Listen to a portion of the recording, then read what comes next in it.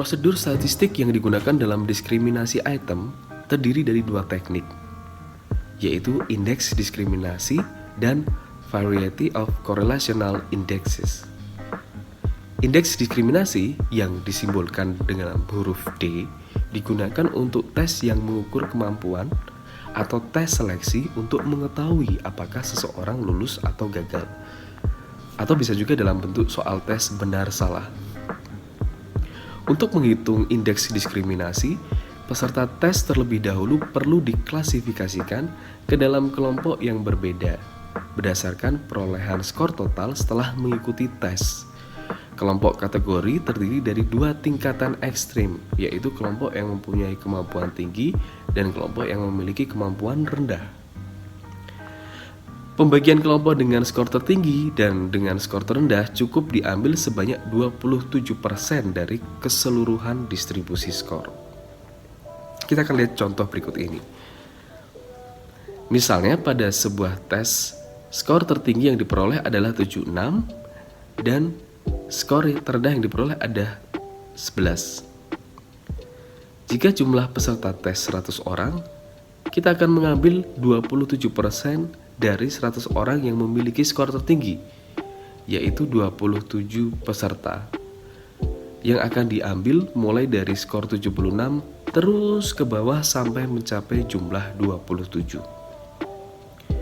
Begitu juga untuk kelompok yang terendah, akan diambil 27 orang mulai dari skor terendah yaitu 11 terus ke atas hingga mencapai jumlah 27 peserta. Sedangkan sisanya sejumlah 46 peserta tidak disertakan dalam analisis item. Setelah klasifikasi kelompok tertinggi dan terendah, maka akan dicari persentase peserta tes yang menjawab benar untuk setiap item. Diskriminasi item atau disebut dengan D-index adalah selisih antara persentase yang menjawab benar di kelompok tertinggi dan di kelompok terendah. Besaran nilai D-index bisa bervariasi mulai dari plus 100 hingga minus 100 atau plus 1 hingga minus 1. Mari kita coba perhatikan contoh berikut ini. Dari data tersebut, kita akan klasifikasikan ke dalam dua kelompok ekstrim, yaitu kelompok tertinggi dan kelompok terendah. Caranya, keseluruhan jumlah peserta kita kalikan dengan 27%. Hasilnya adalah 2,7.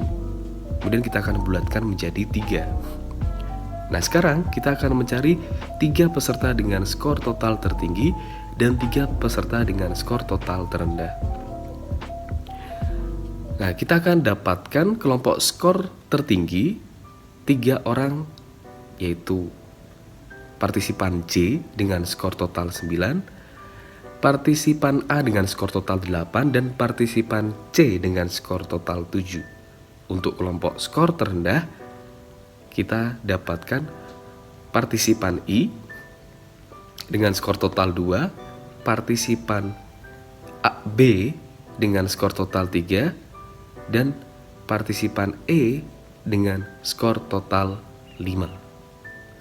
Selanjutnya kita akan menghitung proporsi jawaban benar dari responden di kelompok A dan B untuk item yang sedang dianalisis dengan rumus jumlah jawaban benar di kelompok tertinggi dibagi jumlah seluruh peserta kelompok tertinggi.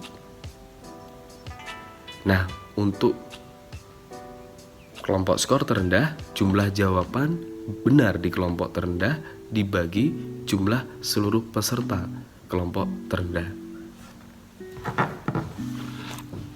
Hasilnya akan seperti ini. Nah, kemudian kita akan ketahui indeks diskriminasi dengan rumus D sama dengan proporsi kelompok tertinggi dikurangi proporsi kelompok terendah.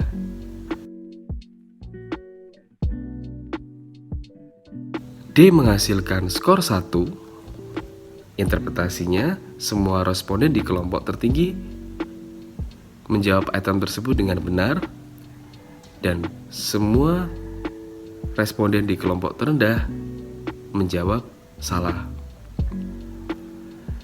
Jika minus 1, berarti semua responden di kelompok terendah menjawab benar dan di kelompok tertinggi salah. Pada tabel tersebut, kita dapat lihat bahwa item nomor 1 adalah item yang memiliki tingkat kesulitan paling mudah. Terlihat dari kelompok dengan skor tertinggi dan kelompok dengan skor terendah sama-sama mampu menjawab dengan benar. Sedangkan item nomor 2 perlu dihilangkan karena hasil minus di D-index. Hasil ini menunjukkan ada yang aneh dengan item ini. Mengapa kelompok bawah bisa benar semua, sementara kelompok atas hanya setengahnya? Nah, item ini sebaiknya dibuang atau diganti saja. Lalu berapa ukuran D yang baik? Untuk kebutuhan diagnosis klinis, sebaiknya kita memilih item yang memiliki D sama dengan 1. Nah, untuk skala biasa di luar diagnosis klinis, kita bisa gunakan item dengan rentang D lebih besar dari 0 sampai D sama dengan 1. Teman-teman, sekian video kali ini. Kita akan lanjutkan di video berikutnya.